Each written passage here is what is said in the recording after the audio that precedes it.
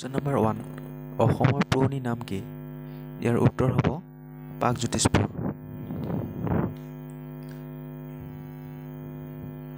Question number 2. Barman বংশৰ কোনগৰাকী ৰজাৰ শাসনৰ সময়ত চীনা পৰিব্ৰাজক হিউৱেনচাং ভাৰতলৈ আহিছিল? ইয়াৰ এনচাৰ হ'ব ভাস্কৰ বৰ্মন। Question number 3. কোনজন ৰজাৰ মৃত্যুৰ লগে লগে বৰ্মন বংশৰ ৰাজত্ব অন্ত পৰিছিল? ভাস্কৰ বৰ্মন। Question number 4. শদিয়াৰ কুন্দিল নদীৰ পাৰত তলৰ কোনজন ৰজাই কুন্দিল নগৰ পাতিছিল? ইয়াৰ এনচাৰ হ'ব অপশ্যন নম্বৰ ক ভীষ্মক ৰজাই। Question number 5. অশ্বমেধ যজ্ঞ অনুষ্ঠিত কৰা কামৰূপৰ প্ৰথমগৰাকী ৰজাৰ নাম কি? মহেন্দ্ৰ বৰ্মন। Question number 6. অসমৰ প্ৰাচীনতম শাসকগৰাকী কোন আছিল? মহীৰংগ দানৱ। Question number 7. শালস্তম্ভ বংশৰ প্ৰতিষ্ঠাপক ৰজাজন নাম কি? ইয়াৰ এনচাৰ হ'ব শালস্তম্ভ। Question number 8. বৰ্মন বংশৰ ৰাজত্বৰ অন্তত কামৰূপত কোন বংশ শাসন প্ৰতিষ্ঠা হয়? ইয়াৰ এনচাৰ হ'ব শালস্তম্ভ বংশ। Question number 9. প্ৰাচীন অসমৰ ইতিহাস ৰচনাত প্ৰচুৰ সমল যোগান ধৰা উল্লেখযোগ্য সংস্কৃত গ্ৰন্থখন কি? ইয়াৰ উত্তৰ হ'ব কালিকা পুৰাণ। Question number 10. পাল বংশৰ প্ৰথমগৰাকী ৰজা কোন আছিল? ইয়াৰ উত্তৰ হ'ব অপশ্যন নম্বৰ ক ব্ৰহ্মপাল। Question number 11.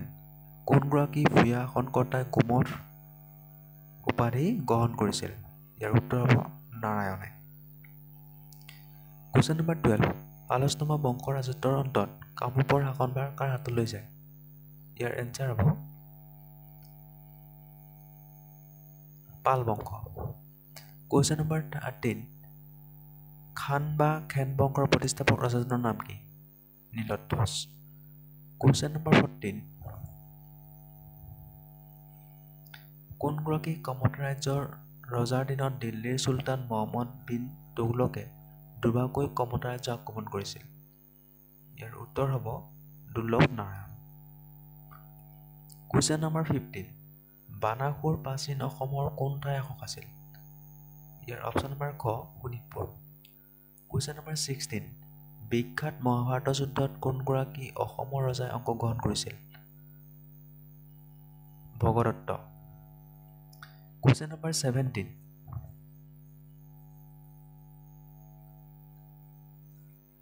বান ৰজাৰ জীয়ৰী উষা কোনে বিয়া কৰাইছিল? ইয়াৰ অপশ্যন নম্বৰ ক অনিৰুদ্ধই। Question number 18.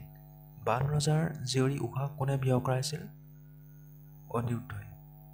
Question number 19. তন্ত্ৰ শব্দৰ অৰ্থ কি? ইয়াৰ এনচাৰ হ'ব বৃদ্ধি কৰা। Question number 20. ভূঞা শব্দৰ অৰ্থ কি? অপশ্যন নম্বৰ ক মাটিৰ মালিক। Question number 21. কাৰ দিনত চীনা পৰিব্ৰাজক হিউৱেনচাং অসমলৈ আহিছিল? কুমাৰ ভাস্কৰ বৰ্মনৰ দিনত। কোনজন ৰজাই কমতাপুৰত ৰাজধানী পাতি কমতেশ্বৰ উপাধি গ্ৰহণ কৰিছিল? ৰজা সন্ধ্যাই। Question number 23. প্ৰাচীন কামৰূপৰ ৰজা ভগদত্তৰ বীৰত্ব আৰু বিদ্ৰোহৰ কথা উল্লেখ থকা মহাভাৰতৰ পৰ্বতৰ নাম কি? ইয়াৰ এনচাৰ হ'ব কৰ্ণ পৰ্ব। মানৰ দ্বিতীয় আক্ৰমণ।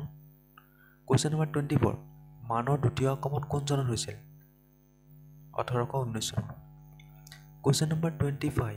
ইতিহাস প্ৰসিদ্ধ কমতাপুৰ ৰাজ্যৰ প্ৰথমগৰাকী ৰজা কোন?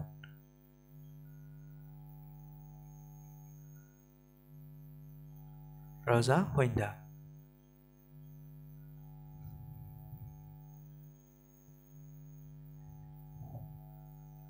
Question number 26. মানৰ তৃতীয় আক্ৰমণ কোন চনত হৈছিল? 1821 চনত। Question number 27.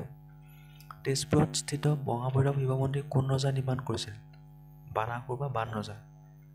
Question number 28. 1617 চনত সংঘটিত আহোম আৰু মোগলৰ যুদ্ধখনক কি নামে জনা যায়? ইয়াৰ উত্তৰ হ'ব অপশ্যন নম্বৰ ক হাজো যুদ্ধ। Question number 29. শৰাইঘাটৰ ৰণ কাৰ দিনত আৰম্ভ হৈছিল? অপশ্যন নম্বৰ খ চক্ৰধৰ সিংহৰ দিনত। Question number 30. শৰাইঘাটৰ মূল যুদ্ধৰ সময়ত আহোমৰ ৰজা কোন আছিল? উদয়াদিত্য সিংহ। Question number 31. উত্তৰ গুৱাহাটীৰ বেতনা নামৰ ঠাইত এতিয়াও দেৱীলৈ দেখিবলৈ পোৱা বৈদ্যগড় নামৰ গড়টো কোনে নিৰ্মাণ কৰিছিল? ইয়াৰ এনচাৰ হ'ব অপশ্যন নম্বৰ ক আৰ্যভট্টই। কুৱেশ্যন নম্বৰ 32 প্ৰাচীন কামৰূপৰ ৰজা ভগদত্তৰ কন্যা ভানুমতী কুৰুবংশৰ কালৈ বিয়া দিয়া হৈছিল? দুৰ্যোধনৰ। কুৱেশ্যন নম্বৰ 33 বৃহৎ সাম্ৰাজ্যবাদী নীতি গ্ৰহণ কৰা প্ৰাগজ্যোতিষৰ প্ৰথমগৰাকী ৰজাৰ নাম কি? ইয়াৰ এনচাৰ হ'ব অপশ্যন নম্বৰ ক মহেন্দ্ৰ বৰ্মন। কুৱেশ্যন নম্বৰ 34 প্ৰাচীন অসমত দানৱ ৰজা ঘটকাসুৰক বধ কৰি কোনে ভৌম বংশ প্ৰতিষ্ঠা কৰিছিল? ইয়াৰ এনচাৰ হ'ব নৰক ৰজা বা নৰকাসুৰ। কুৱেশ্যন নম্বৰ 35 উত্তৰ পূৰ্বাঞ্চলৰ আটাইতকৈ পুৰণি বৃহৎ আৰু ব্যস্ত ৰাজনৈতিক কেন্দ্ৰ বুলিলে কোন ঠাইক বুজা যায়? ইয়াৰ এনচাৰ হ'ব প্ৰাগজ্যোতিষপুৰ। কুৱেশ্যন নম্বৰ 36 চেঁচামুখৰ যুদ্ধ কিমান চনত সংঘটিত হৈছিল? 1523 চনত। কুৱেশ্যন নম্বৰ 37 ভাস্কৰ বৰ্মনক পিতামহ ভীষ্মৰ লগত তুলনা কৰা গ্ৰন্থখনৰ নাম কি? ইয়াৰ এনচাৰ হ'ব অপশ্যন নম্বৰ ক হৰ্ষচৰিত। কুৱেশ্যন নম্বৰ 38 দুৰ্জয় নামৰ নতুন ৰাজধানী নগৰখন কোনে প্ৰতিষ্ঠা কৰিছিল? ৰত্নপালে। কুৱেশ্যন নম্বৰ 39 বৰ্মন ৰাজবংশৰ প্ৰথমগৰাকী ৰজা কোন আছিল? ইয়াৰ এনচাৰ হ'ব অপশ্যন নম্বৰ ক পুষ্য বৰ্মন। কুৱেশ্যন নম্বৰ 40 তলৰ কোনখন ঠাই চুতীয়াসকলৰ স্থায়ী ৰাজধানী আছিল? শদিয়া। কুৱেশ্যন নম্বৰ 41 বৰ্মন বংশৰ কোনগৰাকী ৰজাই প্ৰথমে মহাৰাজাধিৰাজ উপাধি গ্ৰহণ কৰিছিল? ইয়াৰ এনচাৰ অপশ্যন নম্বৰ ক পুষ্য বৰ্মন। কোনগৰাকী শাসকে কামৰূপ নগৰ প্ৰতিষ্ঠা কৰি নতুন ৰাজধানী স্থাপন কৰে? ধৰ্মপালে। কুৱেশ্যন নম্বৰ 43 কামৰূপ ৰাজ ভাস্কৰ বৰ্মনে বধূৰ হৰ্ষবৰ্ধনশীল উপহাৰ হিচাপে প্ৰেৰণ কৰা আভোগ নামৰ বস্তুবোৰ কি? এটা ছাতি। কুৱেশ্যন নম্বৰ 44 কোনজন ৰজাই শত্ৰুৰ পক্ষৰ বিৰুদ্ধে যুদ্ধত জয়ী হৈ প্ৰথমতে শত্ৰু দমন আৰু পিছত অসীমৰ্দন উপাধি গ্ৰহণ কৰিছিল? ইয়াৰ উত্তৰ হ'ব কছাৰী ৰজা যশোনাৰায়ণে। কুৱেশ্যন নম্বৰ 45 কোচ বংশৰ শ্ৰেষ্ঠ ৰজাজন কোন আছিল? ইয়াৰ এনচাৰ হ'ব অপশ্যন নম্বৰ গ নৰনাৰায়ণে। কুৱেশ্যন নম্বৰ 46 অসমৰ ইতিহাসত বিখ্যাত বৰলী যুদ্ধ কোন চনত সংঘটিত হৈছিল? 1638 চনত।